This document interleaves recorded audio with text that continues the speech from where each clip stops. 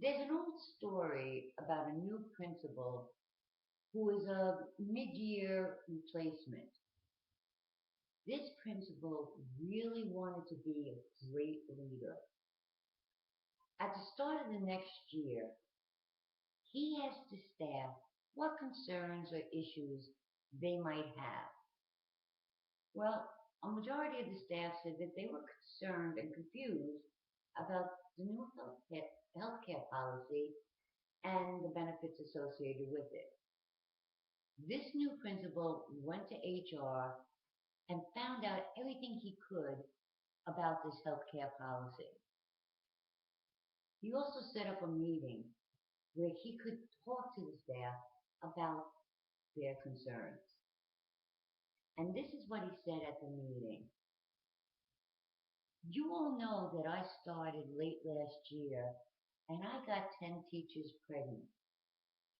Now, if any teacher is thinking about becoming pregnant this year, see me first because I can help. Now, I'd like to introduce, now this story always makes me smile. One, because it's a misspeak of epic proportions. And two, this story very clearly demonstrates why we should strive for precision speaking and communication. That's the third step in Reflexis leadership. Talking versus communicating. Precision speaking for understanding.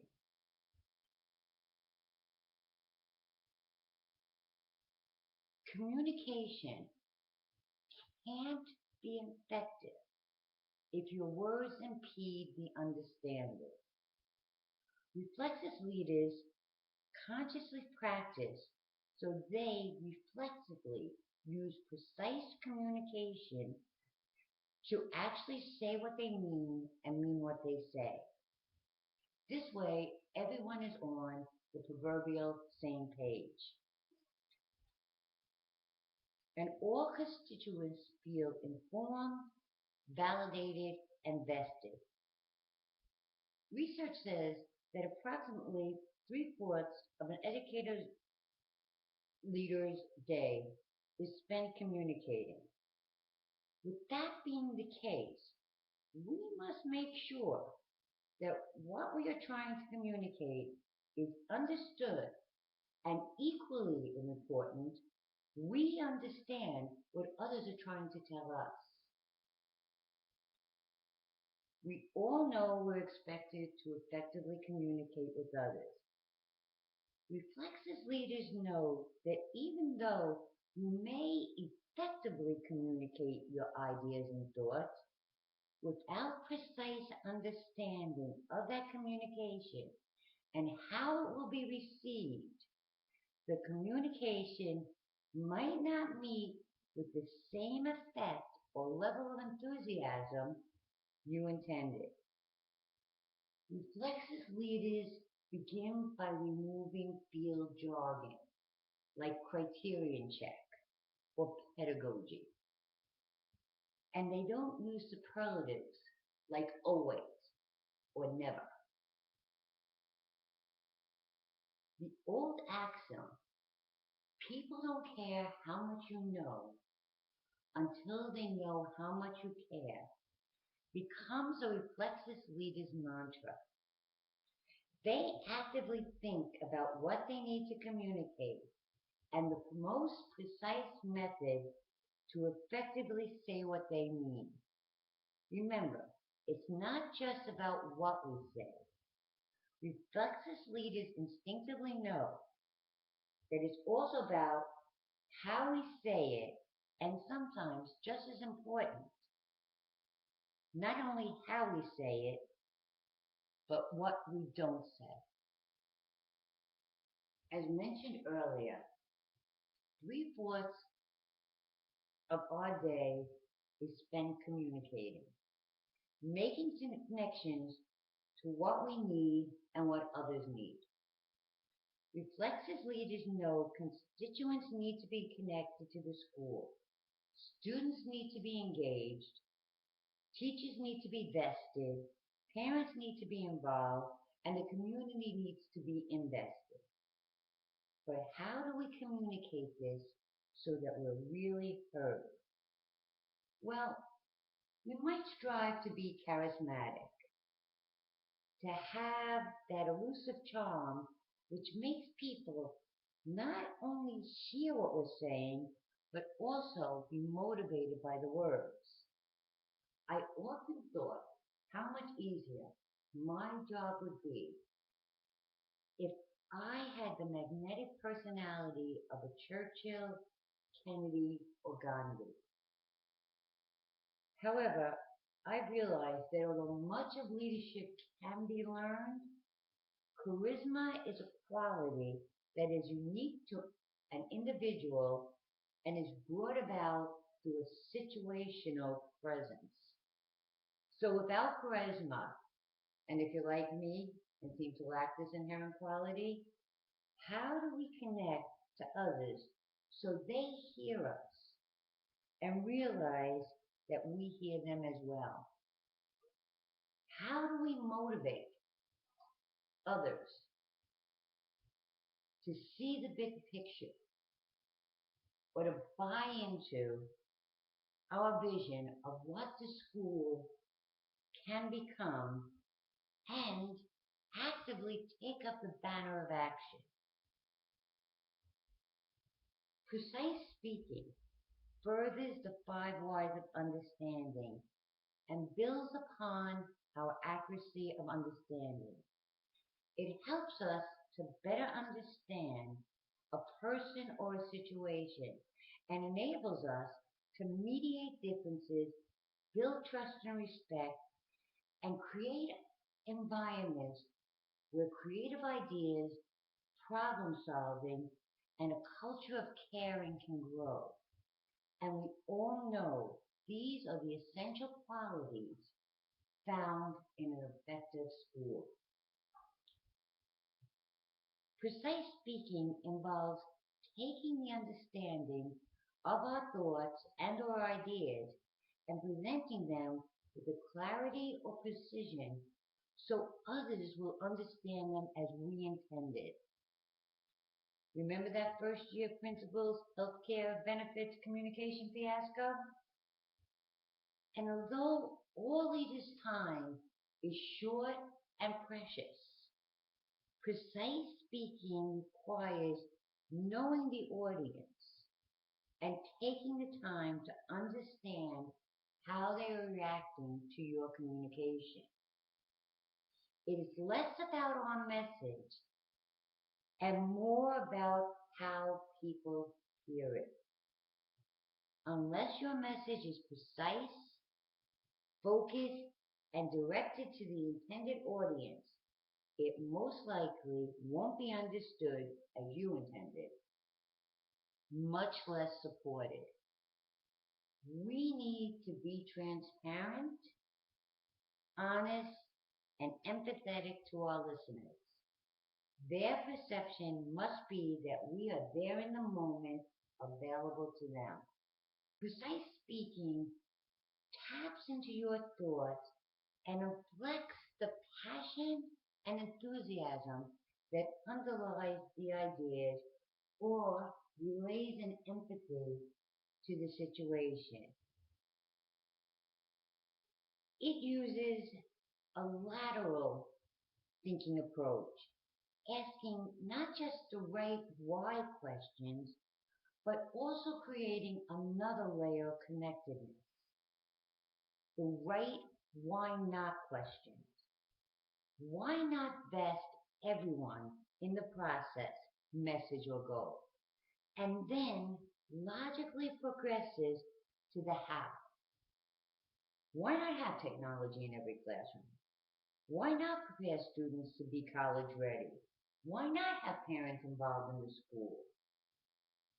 To paraphrase Robert Kennedy, some people ask the question why.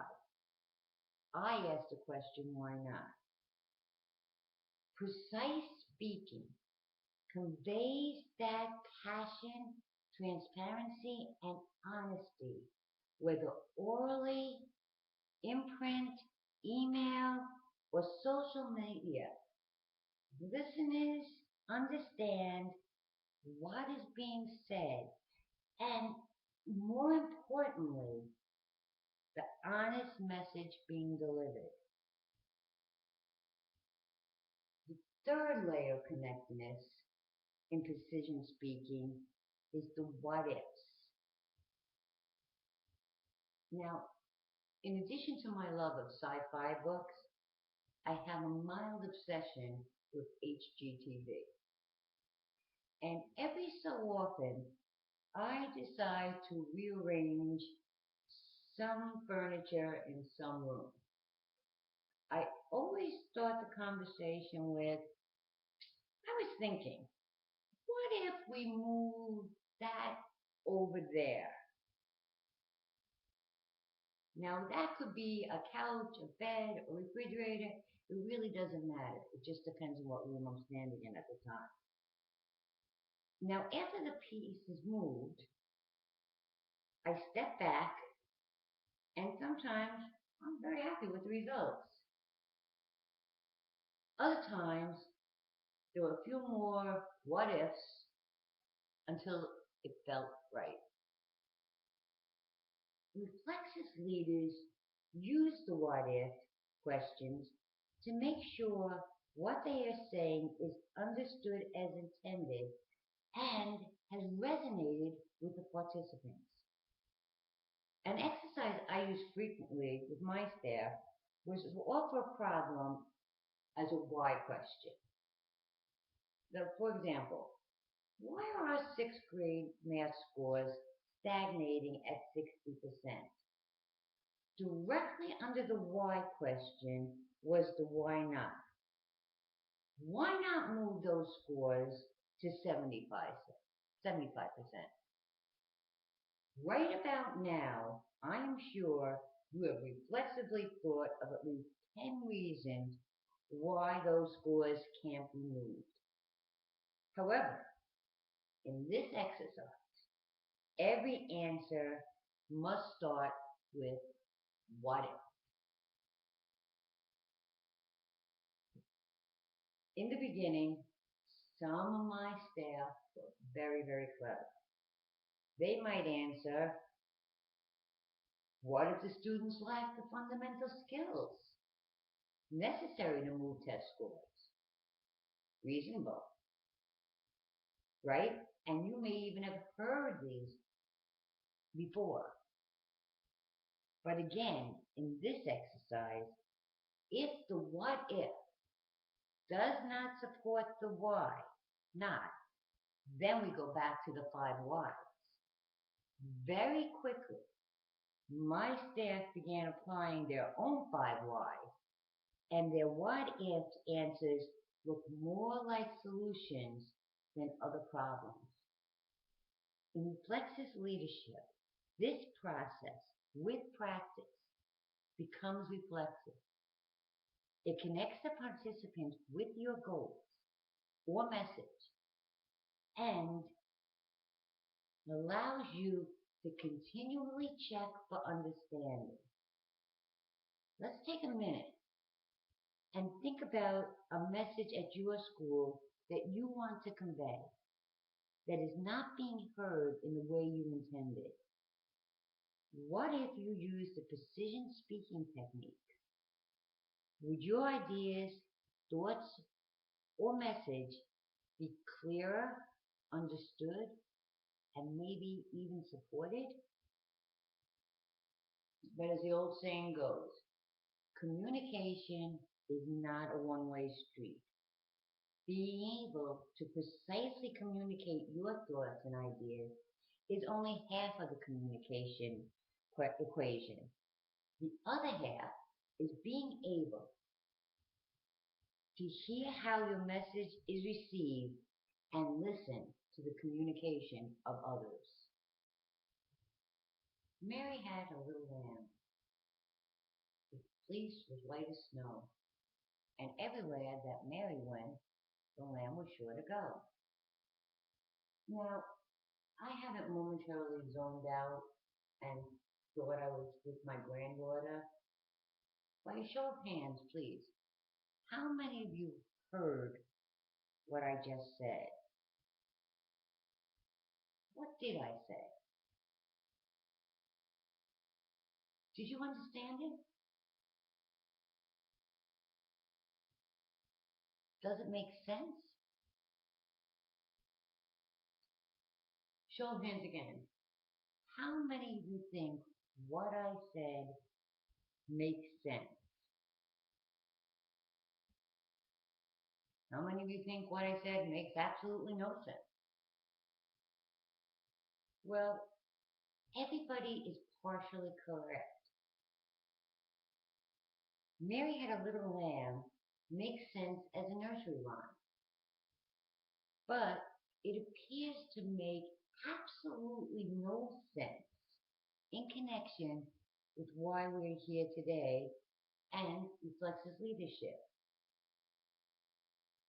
However, one thing that we all can agree upon is that we heard the nursery rhyme. How many times have we said, wish I hadn't heard that, or didn't need to hear that? For most people, listening is a passive process. It's reflective. It's something we do without thinking. As educational leaders, we are trained to practice listening to what is said so we can respond with an appropriate answer or solution. We all know that we should make eye contact, lean in or face the person, and avoid external distractions. Reflexive leaders know that level of listening may not be enough. They know they must focus on the concept of actively listening to actually understand what is being said and at times what is not being said, so we can accurately construct an understanding of the message rather than just listening to respond or form an opinion of what to say or do. This brings us to the fourth step in Reflexive leadership. Hearing versus listening. Active listening for understanding. A head of school I once knew prided herself on being a great multitasker, an important quality for a good leader she was very quick to point out to everyone. She wanted me to find out why the staff perceived her as unavailable and aloof, when her self-image was that she was always available to her staff and wanted to hear what they had to say.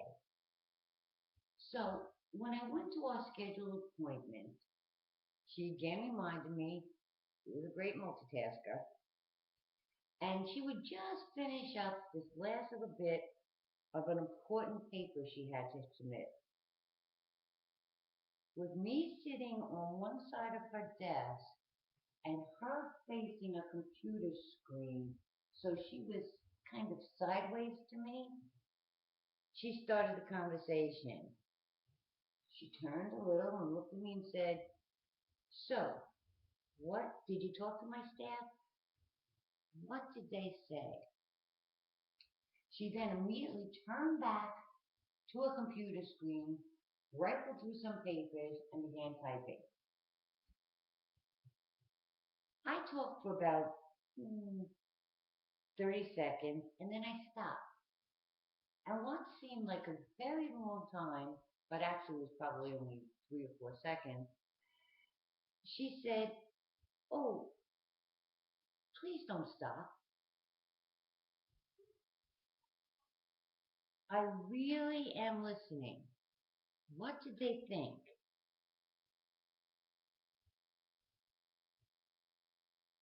This went on for about 2 or 3 more times. Me talking, her typing. Me stopping, her asking me to continue. I finally said, you may hear what I'm saying, but it feels like you aren't listening to me and that you don't really care what I have to say. You don't even give me eye contact. It feels like what you're doing on your computer is much more important than anything I would have to say. And I'm sure your staff probably feels the same way. Active listening is not a new concept. It's taught in English classes across the country and just about every leadership course. However, making it a habit of the mind and the heart so you are available to others and flexibly know how to use it is a new concept. This style of active listening blends the three types of defined listening. Informational listening, that's listening to learn. Critical listening, listening to evaluate and analyze. And empathetic listening, listening to understand feelings or emotions. This blending allows reflexive leaders to use all three as an integrated process. It involves the prerequisite active listening skills, making eye contact, using nonverbal cues, and other affirming body language. However, it also means adding another layer to our assigning approach that we mentioned earlier. In addition to asking the right question to make sure that we understand what is actually being communicated, it means using statements that are validating and reflecting. And finally, it means synthesizing all that information using the 5 whys before making any decision or drawing any conclusion. Active listening is first understanding what the other person is communicating and then ensuring they understand us just as well. As with accuracy of understanding, the next level of listening is non-judgmental. It keeps you focused in the present and gives your undivided attention to the speaker. Reflexive leaderships use the 5 active listening skills and integrate these components into a reflexive mechanism that is used every time we listen. The first 2 types are precision listening and empathetic listening, and they set the stage for accuracy of understanding. The final 3, replication, clarification, and summation, are the tools used to ensure that all participants were accurately heard and, more importantly, accurately understood. Precision listening is very similar to precision speaking. It's not only about why the communication is taking place, it's also about how something is being communicated. It is intently listening for what is not being said. It's looking for and understanding verbal and nonverbal cues. Empathetic listening is about conversation, not confrontation. It's a type of non-judgmental listening and allows for an open and respectful communication to take place.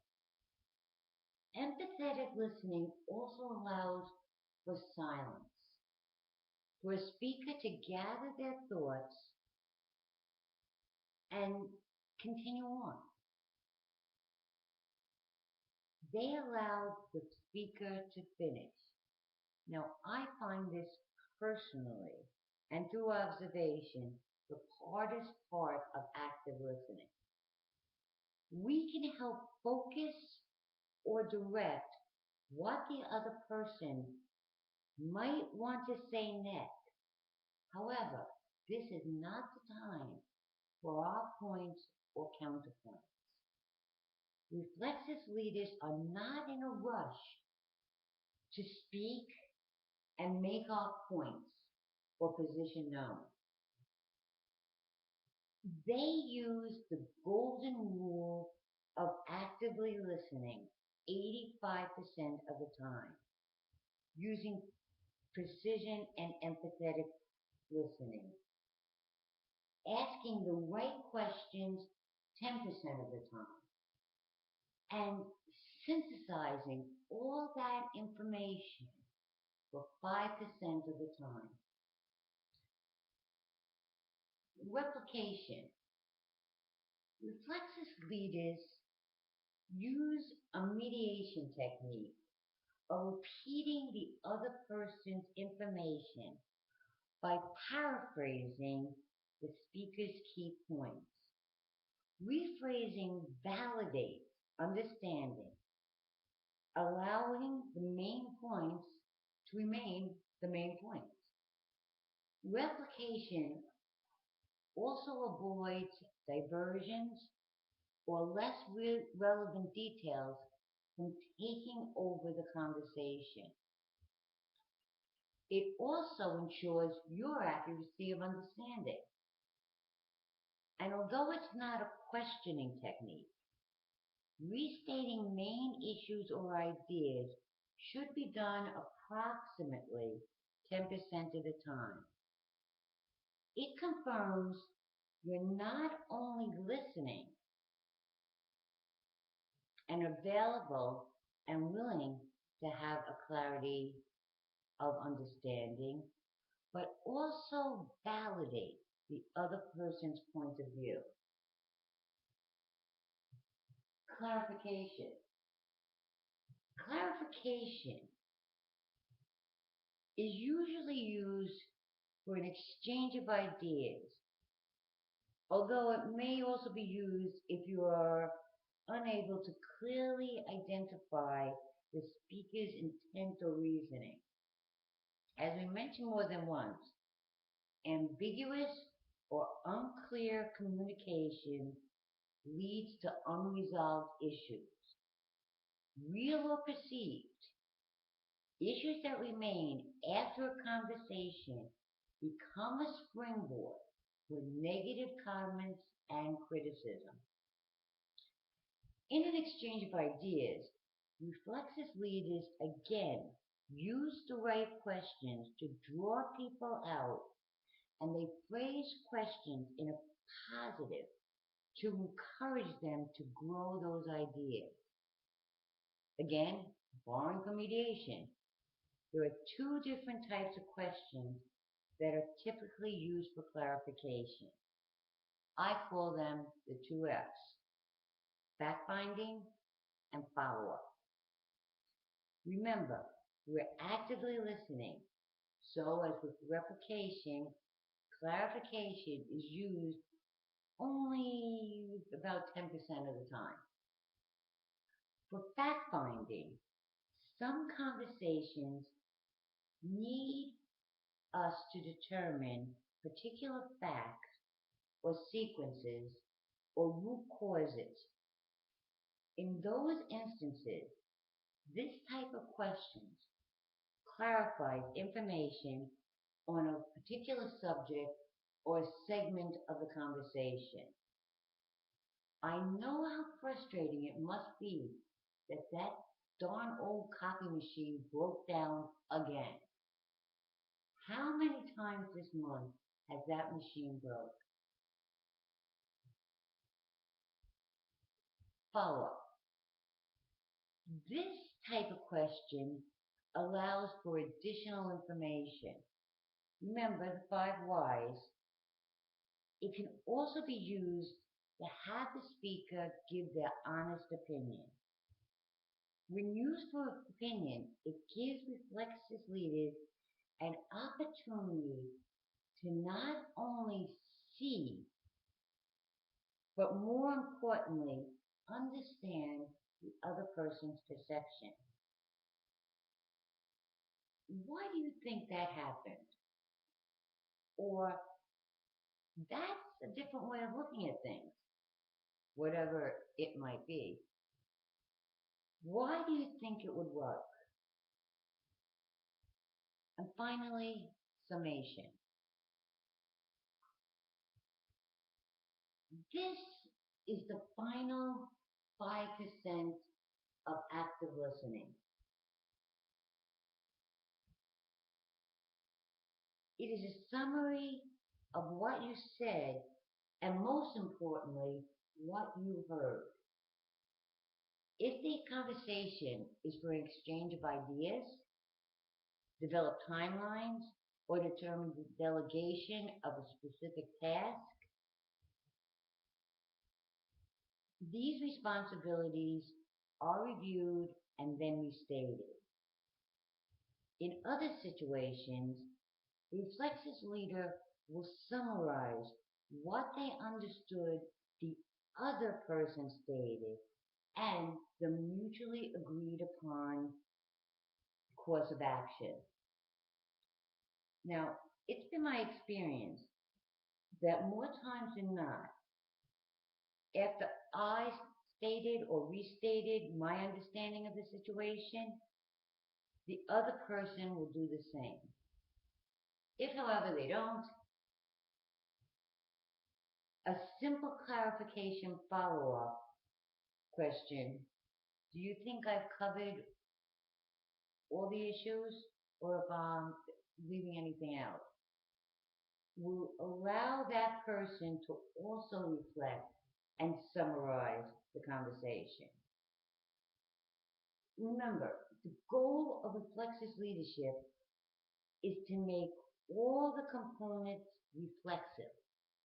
It becomes something we do rather than something we think about and then stage. It's purposeful, and it provides a clarity of understanding and connects us to whoever the speaker is. This connection is the initial step in building honest and transparent communication and the groundwork for relationships. Now, a principal I once knew kind of missed that point.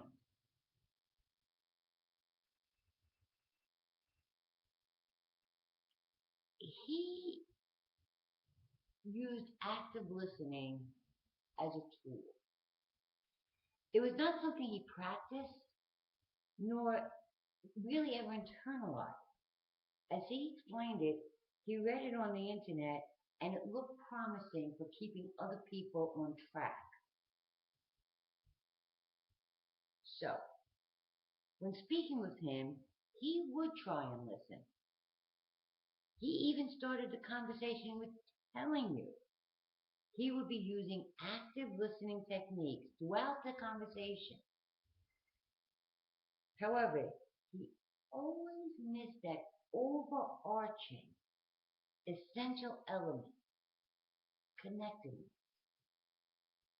He would run through the process as if he had a checklist, really not understanding or appearing to care what was really being said. He would point out what should happen next and told people how to get the most out of this discussion. He unfortunately forgot the mantra: people don't care how much you know until they know how much you care.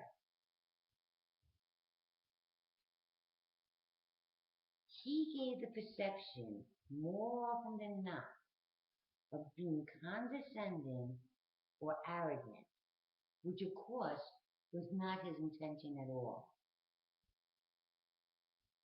The first four steps of reflexive leadership is about understanding who we are. It's about creating a clarity and transparency of understanding so that we can be available to others and build relationships that will facilitate communication and progress towards our mutual goals. Remember, we talked about being charismatic? Well, there is a downside to that charm. It's a perception that can be easily misinterpreted as slick or manipulative. Think about a multitude of politicians.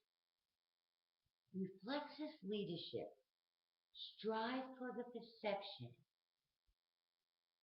that we are genuine and authentic leaders, motivated by our vision and connected to our goal of success or achievement for all students.